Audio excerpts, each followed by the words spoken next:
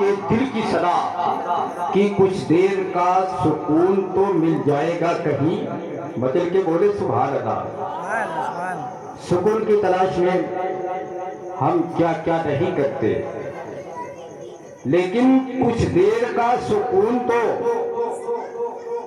کسی کو سکون مارکیٹ میں ملتا ہے، کسی کو سکون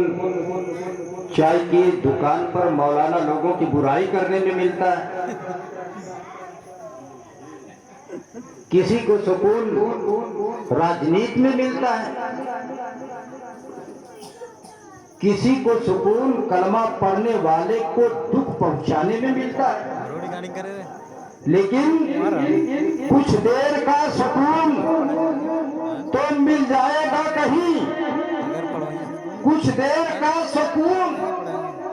تو مل جائے گا کہیں، تسکین جاودانی مدینہ شریف ہے،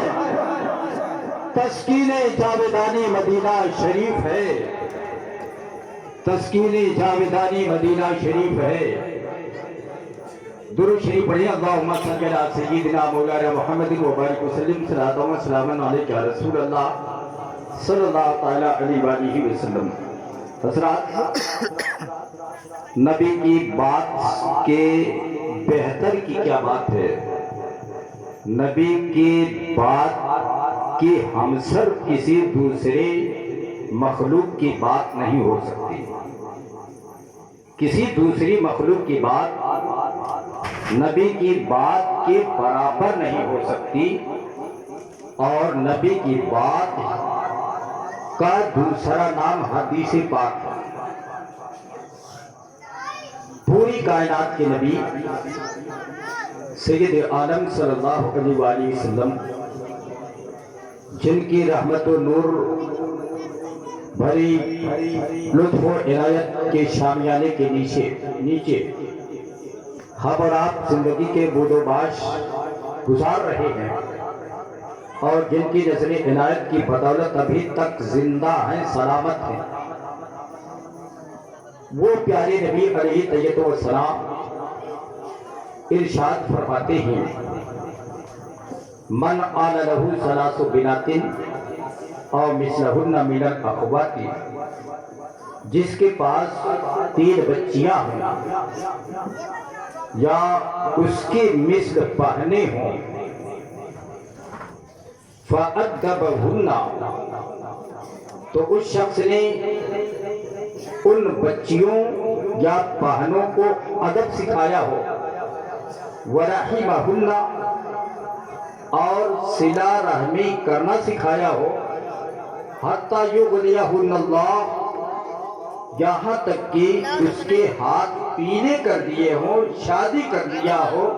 رشتہ ازدواج سے منسلک کر دیا ہو، اوجب اللہ لہ الجنہ، اللہ کے نبی ارشاد فرماتے ہیں تو اللہ تعالیٰ نے اس کے لیے جنت واجب کر دیا، اس کے لیے جنت واجب کر دیا۔ قال ابی سنتین، صحابی فرماتے ہیں کہ ایک شخص کھڑا ہوا اور کہنے لگا، اگر دو بچیاں یا 2 بہنیں ہوں، تو ارشاد فرمایا ابی سنتین، چاہے 2 بچیاں ہوں یا 2 بہنیں ہوں، ان کی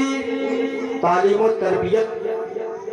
اور شادی کر دینے پر بھی اللہ تعالیٰ اسے جنت عطا فرمائے گا۔ حتی لو قالوا واحدۃ، صحابی کا بیان ہے کہ میرا دل یہ کہہ رہا تھا کہ اگر کوئی شخص کھڑے ہو کر کے ایک بچی یا ایک بیٹی کے بارے میں یا ایک بہن کے بارے میں بھی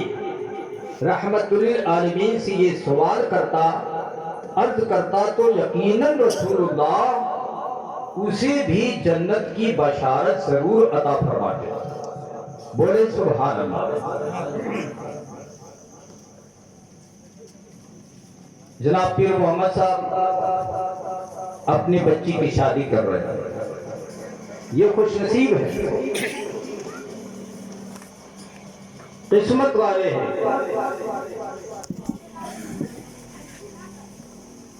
بچی کو تعلیم و تربیت سے آراستہ کیا، ادب سکھایا، تہذیب سکھائی، اسلام کی روشنی سے اس کے قلب کو جگمگانے کی کوشش کی، قرآن کریم کی تلاوت کرنے کا سلیقہ دیا، اور پھر کل انشاءاللہ اس کے ہاتھ پیلے کریں گے۔ یقیناً مصطفیٰ کے فرمان کے مطابق وہ جنت کے حقدار ہو گئے، جنت کے حقدار ہو گئے۔ اور جو شخص بھی جس کے پاس بھی بچیاں ہیں، جس کے پاس بھی بہنیں ہیں، وہ شخص اگر انہیں ادب سکھاتا ہے، تہذیب سکھاتا ہے، تہذیب اسلام سے آشنا کرتا ہے، آراستہ کرتا ہے، تو سبھی حضرات جنت الفردوس کے حقدار ہیں۔ بہت بڑا کام ہے بچیوں کو تعلیم و تربیت سے آراستہ کرنا۔ عام طور پر ہمارے یہاں بچوں کا زیادہ خیال کیا جاتا ہے اور بچیوں کے ساتھ ناانصافی برتی جاتی ہے، جبکہ حقیقت یہ ہے کہ بچیاں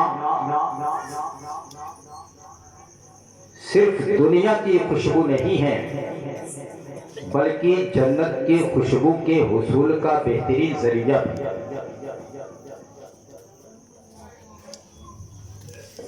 بچیاں دنیا کی شگفتہ پھول ہے، بچیاں دنیا کی زینت ہیں، بچیاں دنیا کی بہاریں ہیں، بچیاں دنیا کی رنگینیاں ہیں، بچیاں والدین کے دل کا قرار اور سکون ہیں، بچیاں جو خیش و اقارب کی نگاہوں کو اپنی طرف متوجہ کرنے کا بہترین ذریعہ ہے۔ بچیاں پیدا ہوتی ہیں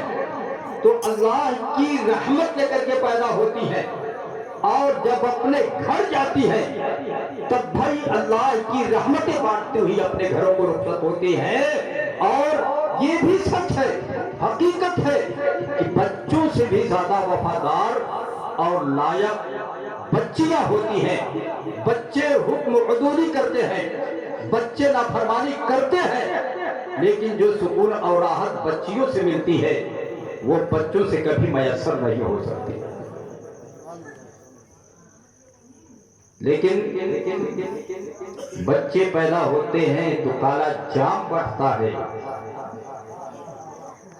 بچیاں پیدا ہوتی ہیں تو بتاشا بھی نہیں بڑھتا۔ ہم کہاں ہیں؟ ہماری سوچ کہاں ہے؟ اس حدیث پاک کا ترجمہ اگر آپ کے ذہن میں بیٹھ جائے تو مجھے یقین ہے کہ کوئی بھی شخص اپنی بچیوں کے ساتھ بے اعتنائی نہیں برتے گا، ناانصافی نہیں کرے گا۔ اللہ کے نبی نے ارشاد فرمایا، جس کے پاس 3 بچیاں یا 3 بہنیں ہوں، حدیث پاک کا لہجہ تو دیکھیں، من آل لہو ثلاث بنات او مثلہن من الاخوات، جس کے پاس 3 بچیاں ہوں یا اس کے مثل 3 بہنیں ہوں۔ اللہ کے نبی نے بچیوں کے زمرے میں بہنوں کو بھی رکھا ہے، بچیوں کے زمرے میں سب میں بہنوں کو بھی رکھا ہے۔ ہم بچیوں کا تو خیال کرتے ہیں لیکن بہنوں کا خیال نہیں کرتے، یہ سمجھتے ہیں کہ یہ ہماری بچی تھوڑی ہے، یہ تو دوسرے کی بچی، اس کی ذمہ داری ہے، وہ اس کا باپ ہے۔ اگر بہنوں اور بچیوں میں فرق ہوتا تو حدیث پاک میں دونوں کا ذکر ایک جگہ نہیں آتا۔ پتہ یہ چلا جس طرح بچیاں جنت کے دلانے میں حقدار ہیں، اسی طرح بہنیں بھی جنت کے دلانے میں حقدار ہیں۔ بچیوں کے ساتھ اچھا سلوک کرتے ہو تو بہنوں کے بھی ساتھ اچھا سلوک کرو،